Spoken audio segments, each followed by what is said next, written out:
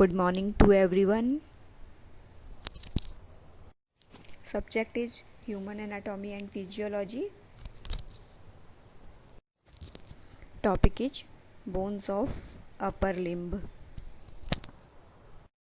Bones of Upper Limb. Bones of Upper Limb 4 regions में divided रहता है.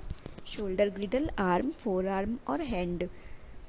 जो शोल्डर ग्रिडल होता है वो हमारा शोल्डर वाला पार्ट होता है और आर्म लोकेटेड रहता है शोल्डर और एल्बो जॉइंट के बीच में. फोर आर्म एल्बो और रिस्ट जॉइंट के बीच में. हैंड जो होता है वो आपका डिस्टल टू द रिस्ट होता है. ये जो सारे टर्म हैं डिस्टल, मीडियली, लेटरली, ये सारे मैंने आपको फर्स्ट वीडियो में डिस्क्राइब किए थे. ह्यूमरस बोन क्या होता है? ह्यूमरस बोन जो होती है हमारी वो आर्म की बोन होती है और फोर आर्म की में 2 बोन होती है, पेयर्ड बोन होती है, अल्ना और रेडियस. जो अल्ना होती है वो मीडियली लोकेटेड रहती है और जो रेडियस होता है वो लेटरली लोकेटेड रहती है. ठीक है, ये पेयर्ड बोन होती है. और जो कार्पल बोन होता है वो आपका बेस बनाता है हैंड का.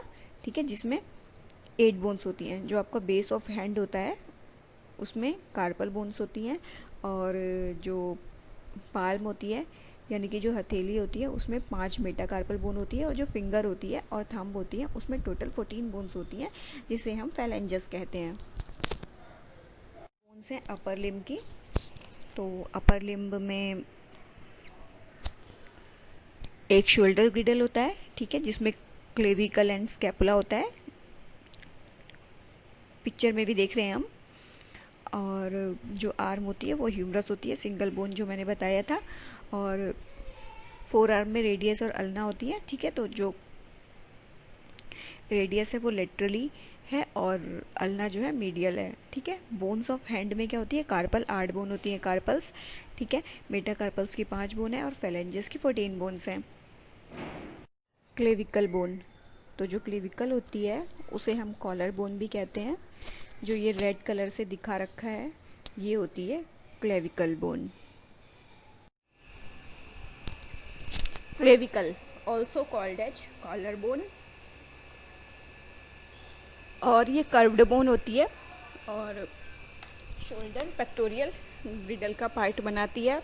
वर्टिब्रेट्स में सपोर्ट का फंक्शन करती है. ये शोल्डर को सपोर्ट करने के लिए ये काम करती है.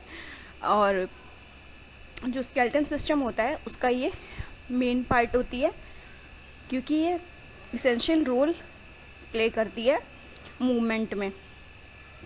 ठीक है, और ये कनेक्शन बनाती है एक्सियल स्केलेटन सिस्टम और पेक्टोरियल ग्रिडल में. एस शेप्ड बोन होती है ये और इसकी जो लोकेशन है वो आपकी हॉरिजेंटली ये रूट ऑफ नेक और जस्ट बिनीथ स्किन में ये रहती है. ठीक है, लोकेटेड रहती है. और मीडियली ये आर्टिकुलेट करती है, मतलब कि मीडियली ये जॉइन रहती है स्टर्नम और फर्स्ट कोस्टल कार्टिलेज में. ठीक है, और लेटरली यानी कि सामने से ये स्कैपुला और अपर लिम्ब और एक्सियल स्केलेटन को ज्वाइन करती है.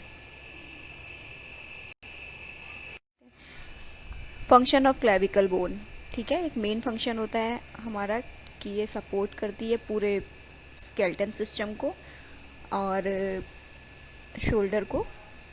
ठीक है, और ये प्रोटेक्शन का फंक्शन करती है. जो हमारी अंडरलाइंग न्यूरोवास्कुलर स्ट्रक्चर होते हैं, जितने भी अंदर हमारी अपर लिम्ब में जितनी भी आपकी नर्व्स होती हैं, न्यूरोवास्कुलर स्ट्रक्चर्स होते हैं, उनको ये सपोर्ट करती है. ठीक है, प्रोटेक्ट करती है. और ये ट्रांसमिट फोर्स प्रोवाइड करती है अपर लिम्ब से एक्सियल स्केलेटन में. तभी तो हम कोई भी भारी चीज़ उठा पाते हैं अपने हाथों से, क्योंकि हमारा जो शोल्डर पेक्टोरियल ग्रिडल है वो सपोर्ट करता है. देन आती है स्कैपुला बोन. ये है स्कैपुला बोन का स्ट्रक्चर. जो रेड कलर में शो की है वो है स्कैपुला बोन. स्कैपुला बोन की एनाटॉमी कैसी होती है? इसको हम शोल्डर बोन भी कहते हैं और शोल्डर ब्लेड भी कहते हैं, ठीक है। विंग बोन या ब्लेड बोन भी कहते हैं क्योंकि ये थोड़ी शार्प शेप की होती है और ये कनेक्ट करती है ह्यूमरस, जो हमारी आर्म बोन होती है, जो मैंने पहले ही स्टार्टिंग में एक बार बता दिया था जिससे कि समझ में आ जाए।